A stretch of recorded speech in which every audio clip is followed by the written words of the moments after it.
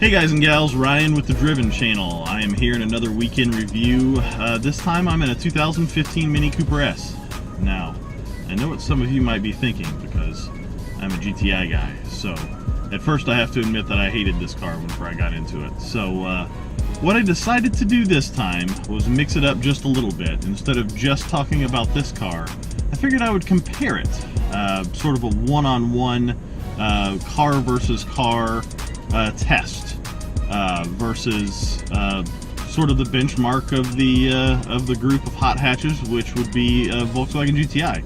Now, you guys know that that I just happen to be kind of a Volkswagen GTI guy, so I've got one. It's right here next to me, and we're going to do a one-on-one test. Now, to change this up a little bit on you, I've invited a good friend of mine to join us, and he is going to be popping in to my left right about now. I'm introducing my friend Ryan. He's got a beautiful beard. He's right here, and I'm going to let him take over. Thanks for the introduction, you handsome devil. Your beard's looking good as well. So anyway, what he's introducing me for is basically what we're going to do is an instrumented test, not just talking about the differences between the cars as far as how they feel, how they drive, and things like that, but actually we're going to measure them on a track. I've set up a cone course today, basically just because this car, the Volkswagen, is suited a lot more for high-speed maneuvers, and it's got all kinds of modifications that are going to make it unfair for me to test this thing out on a twisty road like Route E. So we're in a parking lot, we're going to do a test, and we hope you enjoy the results.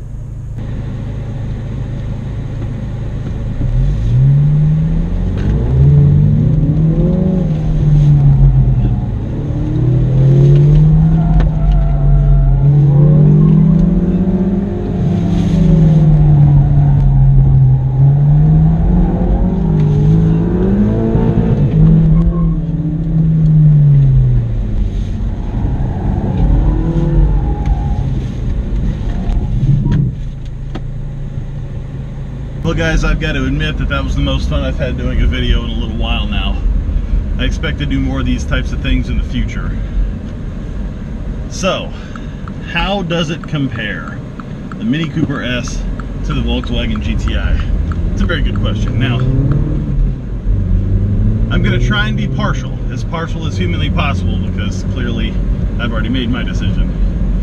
But I would say that there are a lot of things that the Mini Cooper has that the Volkswagen doesn't have at all. And a lot of that just comes down to how the car was designed. Now, you know, everyone kind of knows that the Mini Cooper is built by BMW now, so it's officially a German car, but I can tell you that they've let the Brits have some fun with it, because the Mini Cooper, to me, is all about having a more personal connection with the car.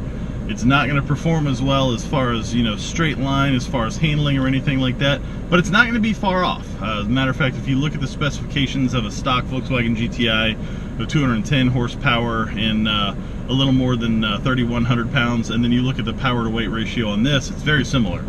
This has 189 horsepower, and I'm not totally sure on the weight, but I'll flash up on the screen right about now.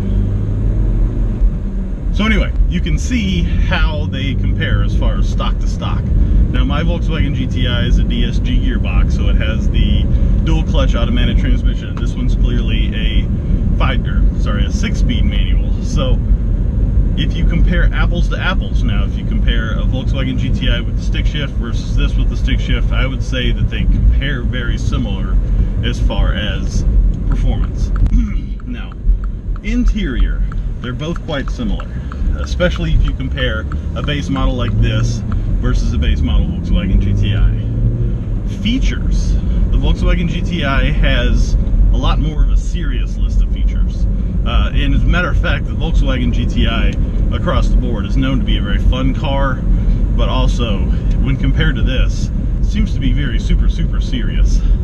So this car has a lot of little features. I'm driving right now, so I'm going to wait until I get into my driveway here, and I'll show you some of these features. But what I like about this car is it communicates with you, not just on a level like through steering feel, although 2.5 turns lock to lock, this car does communicate very well through steering feel. People always say that these cars handle like a go-kart. Well, I totally agree with that. And I think a lot of that has to do with the size and the wheelbase. This is a very small car, even compared to a Volkswagen GTI, which is still considered a compact car. But we're going to go back to how this car communicates with you. In the past, these Mini Coopers have had a very weird, I'm pulling in my driveway here. They've had a very weird center stack. Now I'm going to take the GoPro out here since I'm stopped, and I'm going to show you the center stack in this car. In the past, it's had the speedometer, odometer, all of that stuff has been right in the middle. Now we've got the radio in the middle, which is like most cars. But what I like about this vehicle is, since now they've changed it over here, this actually moves very much like a motorcycle instrument binnacle. It's got just the basic information, and the whole thing moves with the steering wheel. So I can never not see the speedometer, I can never not see the tachometer, all of those things.